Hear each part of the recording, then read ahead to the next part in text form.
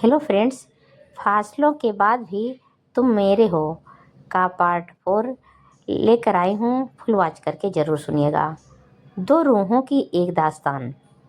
सगाई के बाद आरव और कियारा की शादी की तैयारियां शुरू हो गईं। घर में रौनक थी, दीवारों पर रोशनी थी और दिलों में उम्मीदें। कियारा अपनी मेहंदी लगवाते हुए बोली, आरव, तुम्हें पता है, मैंने अपनी मेहंदी में तुम्हारा नाम नहीं, तुम्हारी धड़कन छिपाई है। आरव हंसकर बोला, और मैंने अपनी हर धड़कन में तुम्हारा नाम रखा है। शादी का दिन दिन आया, जिस दिन दोनों एक दूसरे के हो जाने वाले। कियारा लाल जोड़े में बादलों के बीच सूरज की तरह चमक रही थी। आरव उसे देखकर बस यही सोच पा रहा था, मैं इतना खुशनसीब कैसे हो गया। फेरों से पहले कियारा ने धीरे से आरव का हाथ दबाया। उसकी नज़र में वही प्यार था जो फासलों के दिनों में भी बना रहा। फेरे में मंत्र पढ़े गए, दो परिवार, दो नाम, दो किस्मतें एक हो गईं। जब कियारा विदा हो रही थी, उसकी आंखों में आंसू थे, पर वो दुख के नहीं, एक नए सफ़र के थे। आरव ने उसके आंसू पोंछकर कहा, अब कोई फासला नहीं रहेगा, हम हर कदम साथ चलेंगे। और उस दिन पहली बार कियारा ने बिना डर के कहा, हमेशा। नई जिंदगी, नई परीक्षा। शादी को कुछ महीने बीत गए। दोनों अपनी छोटी सी दुनिया में खुश थे, लेकिन जिंदगी हमेशा सीधी नहीं चलती।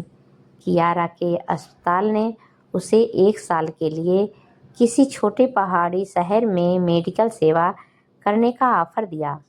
यह उसके करियर के लिए बहुत बड़ा मौका था, पर उसके दिल में एक ही सवाल था, क्या आरव फिर अकेला रह जाएगा। कियारा ने बात बताई तो आरव चुप हो गया। कुछ पल सोचने के बाद उसने कहा, कियारा, अगर मैं तुम्हारे सपनों में साथ नहीं दे पाया तो हम एक क्यों हुए। कियारा रो पड़ी। उसने उसे गले लगाते हुए कहा, तुम जैसा इंसान हर किसी को नहीं मिलता आरव। एक कहा डर और एक बड़ा फैसला। जाने से एक दिन पहले कियारा खिड़की के पास बैठी आसमान देख रही थी। आरव धीरे से आया और बोला, डर लग रहा है। कियारा ने उसकी तरफ देखा। हाँ, डर है कि फासले फिर से हमारे बीच न आ जाएं। आरव ने उसके माथे को चूमते हुए कहा, फासले कभी भी हमारे बीच नहीं आए कियारा, हमारे दिलों में थे ही नहीं। कियारा की आंखें भर आईं।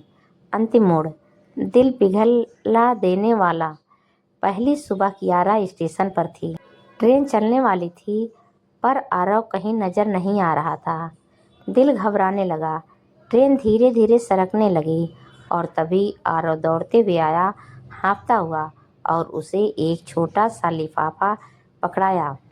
कियारा ने कांपते हाथों से लिफाफा खोला।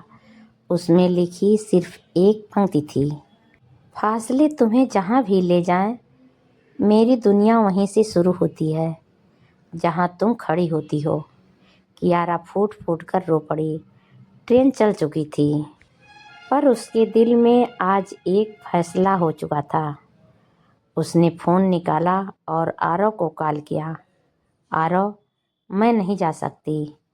जहाँ तुम हो वहीं मेरा सपना है, वहीं मेरा घर, वहीं मेरी जिंदगी। आरव की आंखों से भी आंसू बह निकले।